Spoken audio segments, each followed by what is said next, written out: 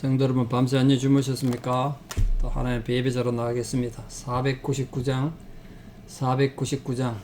예전 찬송 277장입니다. 499장 예전 찬송 277장.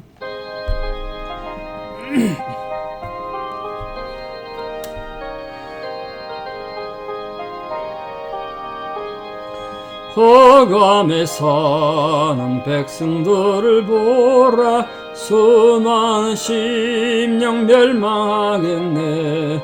누가 갈까? 주의 복음 들고 생명을 구원하는 곳으로. 큰 권세 주께 있으니, 큰 권세 주께 있으니, 너는 가서 주의 복음 전하라. 주가 너 항상 지키리라. 구원의 문은 넓게 열려서니 십자가 군병으로 나가라. 너희의 힘을 하나로 뭉쳐서 죄악의 쇠사슬을 끊으라. 큰 권세 주께 있으니, 큰 권세 주께 있으니, 너는 가서 주의 복음 전하라. 주가 너 항상 지키리라. 왜 너는 멸망길을 가려느냐? 주 음성 듣고 응답하여라. 널 구원하려 예수 죽었으니 생명의 참된 복음 전하라. 큰 권세 주께 있으니, 큰 권세 주께 있으니, 너는 가서 주의 복음 전하라. 주가 너 항상 지키리라. 온천한 만민 속리의 그날에 영광과 찬송 주께 드리네. 속죄함 입어 구원받았으니 기쁘게 할렐루야 부르세. 큰 권세 주께 있으니, 큰 권세 주께 있으니, 너는 가서 주의 복음 전하라. 주가 너 항상 지키리라. 아멘. 함께 신앙 고백 드리겠습니다. 나는 전능하신 아버지 하나님 천지의 창조주를 믿습니다. 나는 그의 유일하신 아들 우리 주 예수 그리스도를 믿습니다. 그는 성령으로 잉태되어 동정녀 마리아에게서 나시고 본디오 빌라도에게 고난을 받아 십자가에 못 박혀 죽으시고 장사된 지 사흘 만에 죽은 자 가운데서 다시 살아나셨으며 하늘에 오르시어 전능하신 아버지 하나님 우편에 앉아 계시다가 거기로부터 살아있는 자와 죽은 자를 심판하러 오십니다. 나는 성령을 믿으며 거룩한 공교회와 성도의 교제와 죄를 용서받는 것과 몸의 부활과 영생을 믿습니다. 아멘. 2022년 9월 15일 목요일 새벽입니다. 하나님 주신 말씀 사사기 6장 1절에서 6절입니다. 사사기 6장 1절에서 6절 봉독에 올리겠습니다. 이스라엘 자손이 또 여호와의 목전에 악을 행하였으므로 여호와께서 7년 동안 그들을 미디안의 손에 넘겨주시니 미디안의 손이 이스라엘을 이긴지라. 이스라엘 자손이 미디안으로 말미암아 산에서 웅덩이와 굴과 산성을 자기들 위하여 만들었으며 이스라엘이 파종할 때면 미디안과 하말렉과 동방 사람들이 치러 올라와서 진을 치고 가사에 이르도록 토지 소산을 멸하여 이스라엘 가운데 먹을 것을 남겨두지 아니하며 양이나 소나 나귀도 남기지 아니하니 이는 그들이 그들의 짐승과 장막을 가지고 올라와 메뚜기 떼같이 많이 들어오니 그 사람과 낙타가 무수함이라. 그들이 그 땅에 들어와 멸하려 하니 이스라엘이 미디안으로 말미암아 궁핍함이 심한지라. 이에 이스라엘 자손이 여호와께 부르짖었더라. 아멘. 예, 우리 앞에 4장 5장에서 가나안 왕 야빈을 정복하고 이스라엘 백성들이 40년 동안 평화를 누리게 됩니다. 그렇게 하나님 은혜로 또 평화를 누리게 되면 열심히 하나님 좀 잘 섬기면 좋겠습니다만 40년이라는 기간에 또 눈여겨보십시오. 한 세대가 지났지 않습니까? 그러니까 이 드보라의 위대한 전쟁의 승리, 바락 장군의 승리를 모르는 세대가 또 세상을 살게 된 거죠. 그러니까 이들이 또 하나님 또 반역한 거예요. 그래서 오늘 본문에 또다시 여호와의 목전에 악을 행하여 이 또다시 죄를 지었다는 게 계속 되풀이도 나오죠. 그럼 하나님께서도 이스라엘 백성을 사랑하시기 때문에, 미워서가 아니고 사랑하시기 때문에 징계를 받게 합니다. 이번에 미디안을 통해서 징계를 받는데 7년간 징계를 받습니다. 기간은 길지 않습니다만 뭐 어쩌면 이 이스라엘 백성들의 사사기 중에 이민족 때문에 고통받는 그 기간은 가장 짧았습니다. 7년. 그런데 제가 보기에 그 억압의 강도는 가장 셌던 것 같아요. 12명의 사사가 등장하는데 가장 고통당했던 게 이때 이 미디안에 의한 억압이 아닌가. 내용을 보시면 기가 막힙니다. 정말 철저히 그냥 어떻게 이렇게 잔인할 수가 있는가 싶을 정도로 고통을 받습니다. 그 위기의 상황에 하나님께서 기드온이라는 어떻게 보면 참 비겁하고 겁도 많은 한 농부를 불러서 사사를 세우셨어요. 그래서 6장에서는 사사를 부르는 내용이고 이게 7장 8장까지 연결되는데 비교적 긴 전쟁 기록이 되어 있죠. 정말 위대한 전쟁의 승리를 봅니다. 앞으로 보시면서 기드온이 비겁하고 용기도 없었는데 어떻게 위대한 하나님의 용사로 거듭나는지, 그리고 그가 얼마나 큰 역사를 이루어 가는지, 그리고 그 이후에 또 어떻게 됐는가, 이런 것 좀 잘 보시면 기드온은 우리가 연구할 부분이 참 많은 그런 사람입니다. 이 본장을 통해서 5장을 6장을 통해서 우리는 하나님께서 범죄하는 백성들 반드시 공의로 징계하시지만 또 회개하면 구원자를 보내주셔서 하나님 또 위로해 주신다. 그걸 우리가 배우게 됩니다. 자, 미디안 족속에 대해서 잠깐만 좀 설명드리겠습니다. 자, 미디안 족속들은 하나님 앞에 이스라엘 백성들이 또 40년간 평화를 누리다 또 도덕적으로 종교적으로 타락하니까 어김없이 또 징계를 받는데, 그때 이제 도구로 사용된 존재가 미디안 족속인데요. 미디안 족속은 어디서 왔느냐 하면 아브라함이 사라가 죽은 후에 다시 결혼하죠. 그 나이 많은 사람 할아버지가 또 장가를 갔어요. 후처를 두는데 후처가 그두라입니다. 그두라. 그 그두라 밑에 태어난 소생이 미디안이에요. 그러니까 제가 그런 생각을 성경 읽으면서 많이 해보는데요. 아브라함이 후처를 두지 않았으면 미디안은 태어나지 않았을 거고 이스라엘이 고생 안 했을 텐데, 이런 생각 해본 적이 있습니다. 그거는 역사의 만약이라는 의미가 필요 없죠. 자, 이 미디안 족속은 모압과 암몬 사람이 거주했던 요단강 동쪽편 지역의 초원에 살던 족속입니다. 유목민들이에요. 이들은 떠돌이입니다. 떠돌이. 왕이나 뭐 군사적 지휘관 이런 지도자가 없던 미개인들인데, 쉽게 말하면 이 미개인들에게 이스라엘이 힘없이 굴복당한 거 보면 참 안타깝죠. 안타까워. 죄로 인해서 하나님과 관계가 단절되니까 인생이 얼마나 비참해지는가를 보여주는 게 미디안 족속에 의한 억압입니다. 그 몇 년간 억압당했다고 아까 말씀드린 것처럼 7년입니다. 그 기간은 짧습니다.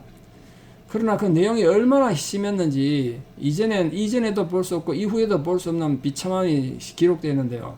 이스라엘 백성들이 자기 땅에서 살 수가 없어가지고 산으로 도망가서 구멍을 파고 굴을 파고 그래 살았대요. 얼마나 살기가 힘든가 보여주죠. 그리고 이들이 또 어떻게 쳐들어왔나 보십시오. 이스라엘이 파종할 때가 되면, 파종할 때, 자, 이 미디안을 비롯해서 이 사람들이 뭐 아말렉도 있습니다만 동방 사람들이 쳐들어올 때 곡식을 파종하는 시기였습니다. 그럼 보통 이 지중해성 기후에 파종은 10월달쯤 하는데, 그때 이제 비가 내리고 하면 땅이 건조했던 땅이 부드럽게 돼서 씨 뿌리기를 시작해요. 그럼 가장 바쁜 시기 아닙니까? 파종할 때. 그러니까 가장 바쁜 시기이기 때문에 전쟁 준비가 안 된 거예요. 그래 와가지고 또 이 파종할 때가 되면 이때까지 그 앞에 보리를 또는 밀을 수확해서 창고에 가득 쟁겨나지 않겠습니까? 그걸 와가지고 싹 털어가는 거예요, 그냥. 이들이 와서 이제 진을 치고. 그러니까 원래 유목민들이니까 자기 이 아말렉 족속은 뭐 진이 있고 이렇지 않은데, 이스라엘 쳐들어와 가지고 가나안에 쳐들어와 가지고 특히 아마 요단강을 분명히 건너와서 싸울 겁니다. 기드온이 요단을 건너와서 그 이스라엘 골짜기에 싸운 거 보면 거의 와가지고 요단강을 건너온 것이 분명해 보입니다. 또 그렇게 와가지고 이제 진을 친 거죠. 전쟁하려고. 그러니까 이스라엘 지경을 완전 황폐화시킨 걸 봐가지고 점점 서쪽으로 남쪽으로 요단강 건너와서 지나간 걸로 보입니다. 그리고 가사까지 등장하니까 가사 이스라엘 골짜기보다 훨씬 남쪽에 있기 때문에 이 미디안 족속이 팔레스타인에 들어와서 이스라엘 백성을 괴롭힌 지역이 굉장히 넓어요. 굉장히 넓어. 이 토지의 소산을 메려가 나귀도 남기지 않고 짐승까지 다 가져갔다고 그랬으니까 소산도 다 가져가고 미디안 연합군이 이스라엘 백성들을 직접적으로 쳤을 뿐 아니라 생계 수단이 될 만한 건 하나도 남기지 않고 그냥 초토화했어요. 초토화시켰어요. 그러니까 이스라엘 백성들은 당장 먹고 사는 문제로 엄청 고통을 받았을 겁니다. 이거는 그냥 이때까지 또는 앞이나 뒤에 다른 그 사사시대처럼 단순히 식민지가 돼가지고 조공을 바치는 것보다 더 견디기 힘든 거예요. 이거는 삶의 뿌리조차 그냥 없애버리니까 살 수가 없어요. 살 수가 없어. 그러니까 하나님이 이 미디안을 통해서 이렇게 혹독하게 이스라엘 백성들을 징계한 거 보면 타락의 강도가 굉장히 컸던 게 아닌가 이렇게 추정됩니다. 그 이런 상황 속에서 이 이스라엘 백성들이 어떻게 살았는가? 뭐 산속에 들어가 숨어서 살았거나 아니면 나중에 뒷부분에 내일 보시겠습니다. 기드온처럼 원래 숨어가지고 들키지 않게 곡식을 조금씩 타작해가지고 먹은 게 아닌가. 타작을 많이 하면요 먼지가 날리면 쳐들어오니까 조금씩 그것도 포도즙 틀에 들어가 조금씩 이렇게 했단 말이에요. 그게 미디안 이 기드온의 모습이었어요. 또 그들이 짐승을 몰고 오고 장막을 가지고 올라왔다고 되어 있으니까 이게 이제 유목민이라는 뜻입니다. 유목민 알다시피 한 곳에 머무르지 않잖아요. 초지를 찾아서 초원에 풀이 다 떨어지면 또 다른 곳으로 옮겨가지 않습니까? 근데 이 미디안 족속들이 가졌던 굉장히 큰 무기가 있었는데 그래서 이 이스라엘에서 고통받는데 그게 낙타였습니다. 낙타. 여러분 낙타 타본 적 있습니까? 낙타는요 성질이 굉장히 괴팍합니다. 사실은 낙타와 말이 싸우면 말은 절대 이길 수 없어요. 그만큼 낙타 부대가 대단한 겁니다. 요즘으로 치면 탱크 정도 되는 겁니다. 이 낙타가 있었기 때문에 장거리 이동도 가능하고요. 낙타는 가나안 곡식에 자랄 때쯤 되면 곡식밭에 자기들이 몰고 온 이 낙타를 통해서 뭐 방목을 해가지고 뭐 초토화 시키는 거죠. 그냥 그 동서남북 그냥 다 훑어가지고 굉장히 힘들게 했습니다. 근데 특히 이들이 얼마나 사람들이 많이 들어와서 힘들게 했냐면 메뚜기 같이 들어왔다. 메뚜기 같이. 이 메뚜기라는 건 이스라엘 백성들에게 하나님께서 심판할 때 종종 사용합니다. 물론 다른 민족들에게도 메뚜기를 하나님께서 심판의 도구로 쓰셨죠. 그러니까 두 가지 의미예요. 피해가 엄청나게 컸다는 뜻도 되고 미디안 족속들의 숫자가 엄청 많았던 뜻이에요. 우리가 흔히 메뚜기 떼처럼 많다 이렇게 표현하지 않습니까? 그 미디안 족속들의 군대가 꽤 많았던 것 같아요. 이 미디안 사람들의 군대와 낙타가 무수함이다. 무수함이라 그러니까 많았다. 그러니까 낙타가 얼마나 많았길래 무수함이라는 표현을 썼겠습니까? 이 유목민이고 또 무역됐기 때문에 낙타를 타고 멀리 갔기 때문에 낙타가 반드시 필요했습니다. 뭐 낙타는 지금도 그렇습니다만 고대 이 팔레스타인 지역에서는 짐을 운반하는데 굉장히 중요하게 사용되는 수단이지만 전쟁할 때는 낙타가 여러분 화를 내면 굉장히 무섭습니다. 돌격앞을 하면 당연할 재간이 없습니다. 그래서 이스라엘 백성들이 어떻게 되냐면 미디안으로 말미암아 궁핍함이 심한지라 이렇게 돼. 궁핍함이 심한지라 가난하게 됐다는 거예요. 완전히 황폐하게 됐다는 겁니다. 뭐 집이 근본이 초토화 됐으니까. 그러니까 이 침입자들로 인해서 이스라엘 땅이 황폐화됐기 때문에 아주 가난하게 됐다. 궁핍하게 됐다. 이렇게 표현하고 있습니다. 이런 상태가 지금 7년 계속됐으니까 해보십시오. 7년. 해마다 살만 하면 농사지원 와서 가져가고 농사지원 가져가고 7년 동안 먹고 살 길이 막혀버린 거예요. 북한을 생각해 보십시오. 북한의 옛날 그 고난의 행군 시절 뭐 홍수 나고 가뭄 들고 뭐 여러 가지 힘들어가지고 몇 년 동안 북한 사람들이 파종을 못해서 고난 행군이 시작돼서 뭐 300만 명이 죽었다는 거 아닙니까? 지금 이스라엘이 이거 7년 동안 농사를 제대로 못 지었으니까 얼마나 살기 힘들었겠습니까? 그러니까 6절에 이스라엘 자손이 여호와께 궁핍함이 심해서 여호와께 부르짖었대요. 이스라엘 백성들은 자기 조상들이 애굽의 그 압제에 못 이겨서 부르짖은 것처럼, 또는 앞에 다른 시대에 이 이방 민족들에서 억압당해서 부르짖어서 하나님 은혜를 입은 것처럼 그렇게 결국 부르짖었습니다. 하나님께서는 이렇게 이 다른 민족들의 악함을 이용해서 하나님 백성들을 징계해서 회개하고 돌아가게 하시기를 원하세요. 지금도 우리가 살다 보면 세상의 악함을 통해서 하나님 백성들이 억울한 일도 당하고 환난도 당하고 힘들게 고통의 세계를 생활을 할 수도 있습니다만 그게 다 나쁜 게 아니고 정말 거기서 돌이켜서 여호와께 부르짖게 되고 그로 인해서 하나님 우리 부르짖음을 들으시고 하나님 역사하시면 그것도 귀한 일 아니겠습니까? 물론 애초에 그런 부르짖는 일이 안 생기도록 순종하고 충성하고 사는 게 더 중요하겠죠. 우리 모든 성도님들 오늘 이 미디안 족속들의 억압을 생각하시면서 여러분 삶에는 이런 비극이 생기지 않도록 하나님께 충성하고 또 하나님의 말씀을 잘 되새겨서 순종하며 사는 아주 복된 성도들 다 되시기를 진심으로 축원합니다. 기도드리겠습니다. 참 좋으신 아버지 하나님 은혜를 감사합니다. 인생의 삶에 고난이 없을 수 있고 절망이 없을 수 없지만 그러나 우리의 실수와 허물로 인해서 안 당해도 되는 고난을 당하지 않도록 우리 모든 성도님들에게 은혜를 더하여 주시옵소서.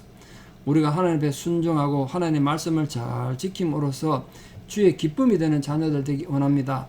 오늘 미디안 족속들의 이 잔인한 폭압과 또 잔인한 공격으로 인해서 이스라엘 백성들이 황폐화되고 정말 가난하게 됐습니다. 우리들이 살다가 이런 위기를 당하고 육신의 고통으로 또 생존의 어려움을 겪을 때 하나님께서 우리에게 긍휼함을 베풀어 주셔서 하나님의 돌보심과 은혜로 모든 고난과 환난에서 자유하게 되는 은혜가 있게 하여 주시옵소서.